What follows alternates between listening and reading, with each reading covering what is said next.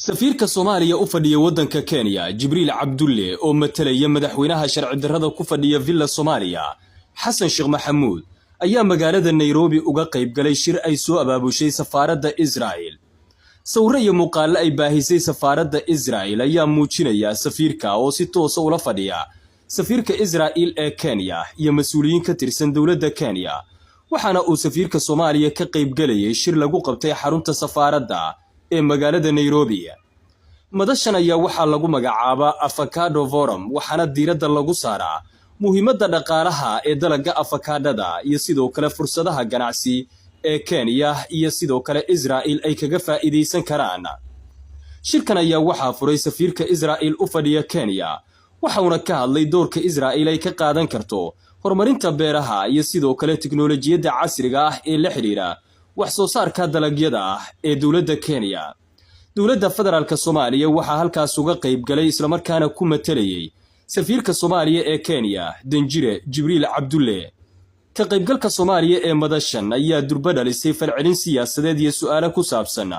mowqifka rasmiga ah ee dawladda ee ku aadan Israel. arrintan ayaa ku soo beegmaysa xilli maalmo ka hor dawladda federaalka Soomaaliya ay si adag uga hadashay xiriirka dhexmaray maamulka Somaliland iyo sidoo kale xukuumadda Israel. iyadoo war-saxaafadeed ka soo baxay dawladda si rasmi ah loogu sheegay in Israel ay tahay dal cadow ah oo faragelin ku haysa arrimaha gudaha ee siyaasadda Soomaaliya. Soomaaliyana ay sheegtay mowqifkeedu inuu yahay in ay u aragto Israel dal cadow ku ah. dadka falanqeeya arrimaha siyaasadda ayaa isweydiinaya waxa lagu fasiri karo in dawladdu mar ay dhaliisho xiriir lala yeesho Israel haddana ay wakiilo rasmi ah u dirsato oo waliba madaxweynaha matalaya shir ay si toos ah u martigelisay Israel.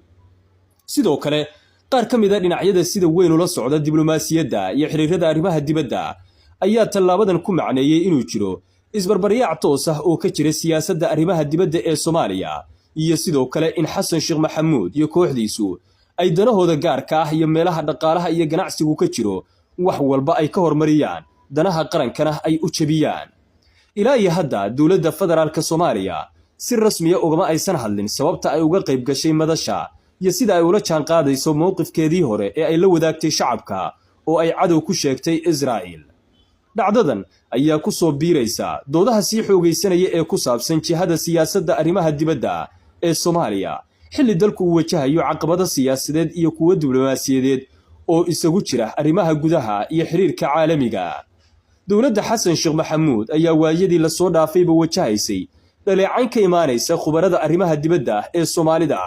iyo dhinacyo wasiir ah oo arrimahan ka soo shaqeeyay iyagoo sheegay dawladda Xasan Sheekh Maxamuud inay ku dhaqaaqdo ficilo si weyn hoos u dhigaya xiriirada caalamiga ah ee dawladuhu ay la yeelan lahaayeen Soomaaliya. haddii shalay la arkay madaxweyne Xasan Sheekh Maxamuud oo wadamo uu madaxdooda la kulmayo ka tagaya ama banaanka ku reebaya safiiradii wadamadaas u joogay Soomaaliya, maantana waa mar iyadoo war-saxaafadeed wasaaradda arrimaha dibaddu ay cadow ku sheegayso Israel. marna safiirka Kenya ee Soomaaliya Jibriil Cabdulle oo ah saaxiibka dhow ee Xasan Sheekh iyo wakiilkiisu uu si toos ah ula fariisanayo safiirka Israel ee wadanka Kenya, taasoo muujinaysa in uu jiro isbarbaryac iyo inuusan jirin nidaam toos ah oo hagaya arrimaha dibadda ee Soomaaliya wax walbana lagu wado hadba sida uu rabo Xasan Sheekh Maxamuud iyo danihiisa dhaqaale.